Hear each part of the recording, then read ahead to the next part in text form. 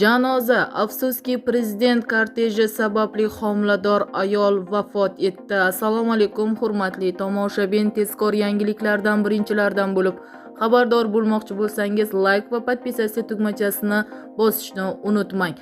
Berdimuhamedov korteji sabab homilador ayol vafot etdi. Joriy yilning 15-oktyabr kuni Lebap viloyatining Turkmanobod shahrida Xavfsizlik kunlari Turkmaniston prezidenti Serdar Berdimuhamedov korteji sabab yo'llar to'sib qo'yilgani ortidan 7 oylik homilador ayol shifoxonaga kirolmay vafot etdi. Bu haqida 24 xabar berdi. O'sha kuni Berdimuhamedov Turkmanoboddagi Sparmurod Niyozov nomidagi kimyo zavodida mineral o'g'itlar ishlab chiqarish majmuasining poydevorini quyish marosimida ishtirok etgan. Shu munosabat bilan shahardagi ko'cha va yo'llar yopilgan. Xavfsizlik va militsiya xodimlari bir necha soat davomida transport va piyodalar harakatini cheklagan. Ayolning eri uni shifoxonaga olib ketayotgan edi, biroq ularni yo'lda xavfsizlik kuchlari to'xtatib o'tishga ruxsat bermagan. Nashrning yozishicha,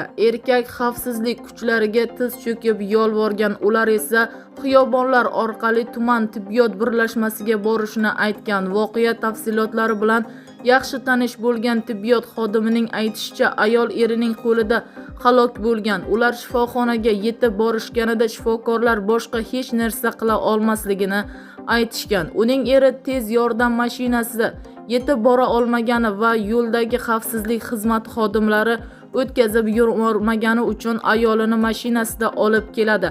Turkmanoboddagilar ayol o'z vaqtida tibbiy yordam ko'rsata olmagan va tug'ilmagan bolasi bilan birga erining qo'lida vafot etgan degan tibbiyot xodimi. Ma'lumotlarga ko'ra, xavfsizlik xodimlari erkakning oldiga borib ayolining prezident korteji sabab vafot etganini sir saqlashini talab qilgan.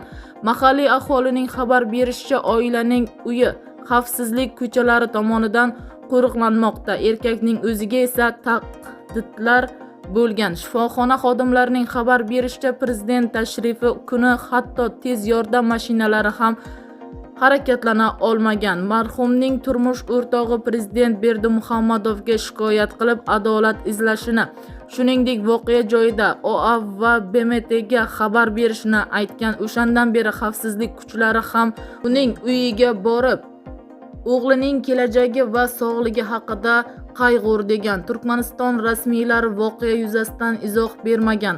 Mahalliy OAV ham hodisa to'g'risida xabar bermadi, deyiladi xabarda.